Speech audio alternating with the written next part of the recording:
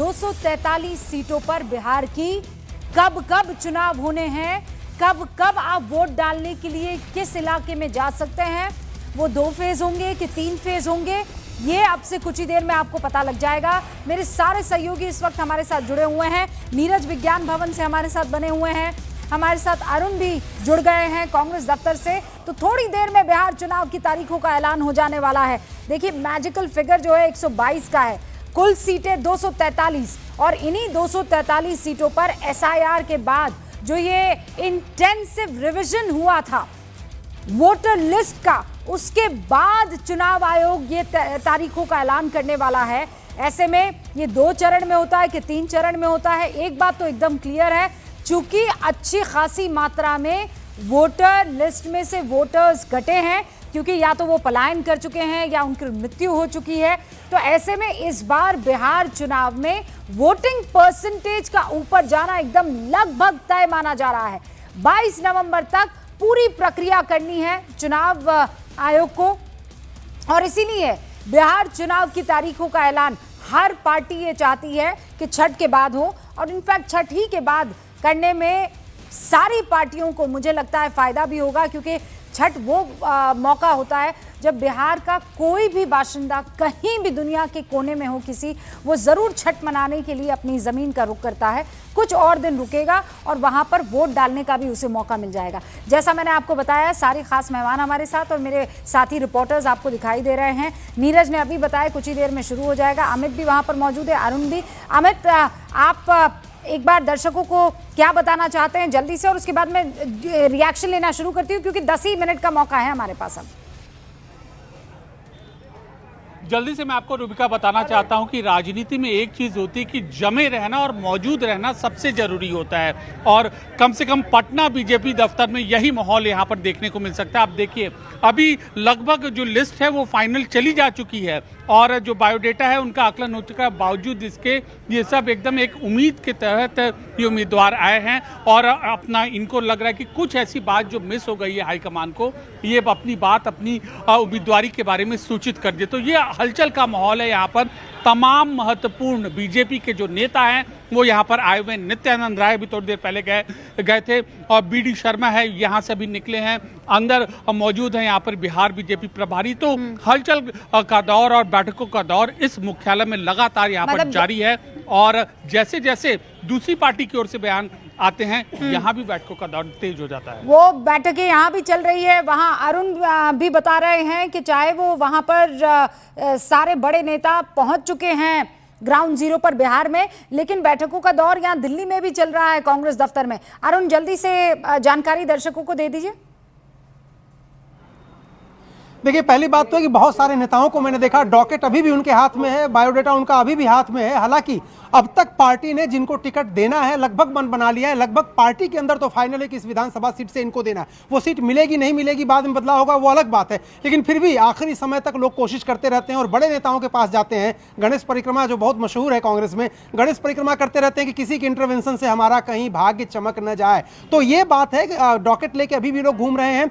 देखिए, आजकल क्या है, पॉलिटिकल पार्टियां 6 महीने 1 साल पहले से सर्वे कराती हैं। 1-2 नहीं, कितने सर्वे होते हैं। पार्टी के प्रभारी अलग सर्वे कराते हैं, पार्टी का जो मेन संगठन होता है अलग होता है। और अब तो कांग्रेस ने सुनील कोनुगोलू को, जो यही काम करते रहे हैं, उनको बाकायदा पार्टी में शामिल ही कर लिया। वो तो हर हफ्ते, हर 2 हफ्ते पर ला करके एक आंकड़ा दे देते हैं कि भाई अब हमारी सीटें यहाँ से यहाँ तक जा सकती हैं, वोट परसेंटेज ये हो सकता है, ये जातियाँ आ रही हैं, ये छिटक रहे हैं, ये नेता का जनाधार कम हो रहा है, इसको देंगे तो ज़्यादा अच्छा है। तो ये तमाम तरह के सर्वे चलते रहते हैं और उनके आधार पर एक फैसला हो जाता है।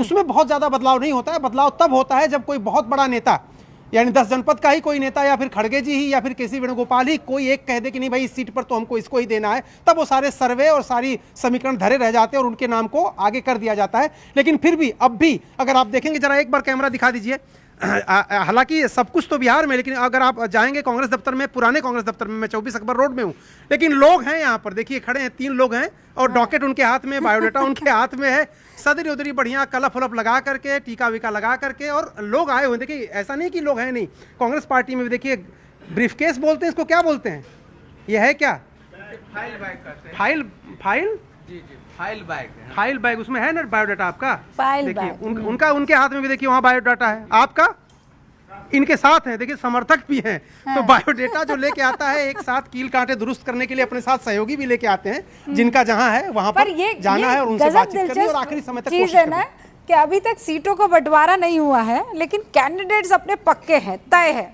हाँ?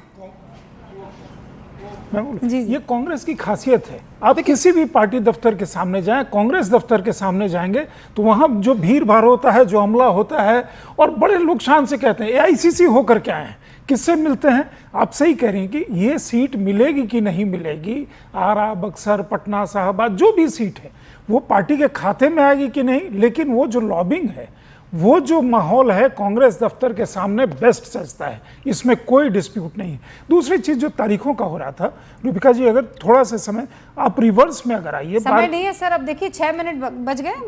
22 तारीख को असेंबली का एक्सपायरी डेट है, उसके 5 दिन पहले मान लीजिए कि काउंटिंग का डेट होना चाहिए, क्योंकि मान लीजिए कोई भी प्रक्रिया हो 4-5 दिन पहले होगा, तो आप ये मान करके चलिए कि 15-16 तारीख तक काउंटिंग खत्म हो जाना चाहिए। पिछली बार 10 नवंबर को 10 नवंबर 2020, हाँ। 10 नवंबर को हुआ था। अभी आज हम 6 तारीख को हैं, 4 दिन नोटिफिकेशन के बाद, 3-4 दिन के बाद नोटिफिकेशन इशू होगा। उसके बाद कैंडिडेट का उसके लिए नॉमिनेशन के लिए टाइम देंगे, स्क्रूटनी के लिए टाइम देंगे। तो पहला फेज जो आप छठ के बाद कह रही हैं वो नवंबर फर्स्ट वीक में ही जाएगा। तो किसी भी हालत में 2 फेज 3 फेज अगर हुआ तो ज्यादा होगा, अगर 3 फेज हुआ तो गैप काफी कम होगा, बहुत कम गैप के अंदर ये हो जाएगा। ठीक है, हमारे साथ यहाँ पर देखिए, साथ में हम आपको ये डेटा भी दिखा रहे हैं 2025 चुनाव में कौन किसके साथ में है, किसको कितनी सीटें मिली थी। यहाँ पर हमारे साथ चंद्रमोहन भी जुड़ चुके हैं आरजेडी दफ्तर से। चंद्रमोहन, डॉकेट, ये फाइल, बैग, ये सब लेकर वहां भी आपको बड़े लोग नजर आ रहे होंगे। बिल्कुल, देखिए अभी तेजस्वी यादव के आवास के आसपास हम मौजूद हैं और वहाँ नेटवर्क कम होने की वजह से थोड़ा वहाँ से हमको हटना पड़ा है। लेकिन सबसे महत्वपूर्ण बात यह है कि कल तेजस्वी यादव ने अपने महागठबंधन के नेताओं के साथ बैठक की थी, लेकिन सीटों का जो पेच है वो अभी भी उलझा हुआ है। और यही वजह है कि लेफ्ट के तीनों पार्टियों के नेताओं को बारी बारी से आज बुलाया गया है। 65 सीटों का डिमांड किया गया है और शायद यही वजह है कि ये मामला सुलझते हुए नजर नहीं आ रहा है। इसीलिए सीपीआई के नेता अभी यहाँ पर पहुंचे हुए थे, जिन्होंने साफ तौर पर यह कहा है कि 24 सीट कम से कम उनको चाहिए। और सीपीआईएमएल के तरफ से 40 सीटों का डिमांड रखा गया है, जबकि सीपीआईएम के तरफ से 11 सीटों का डिमांड रखा गया है। तो 65 सीट जो है वो मांगा गया है।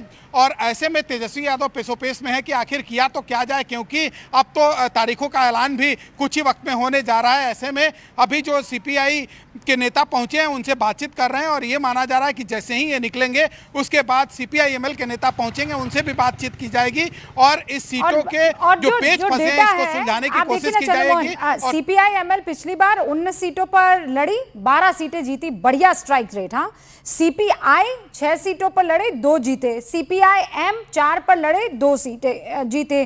कांग्रेस 70 पर लड़ी और 19 जीती, और इसी लिहाज से वो स्ट्राइक रेट यहां पर दिख रहा है।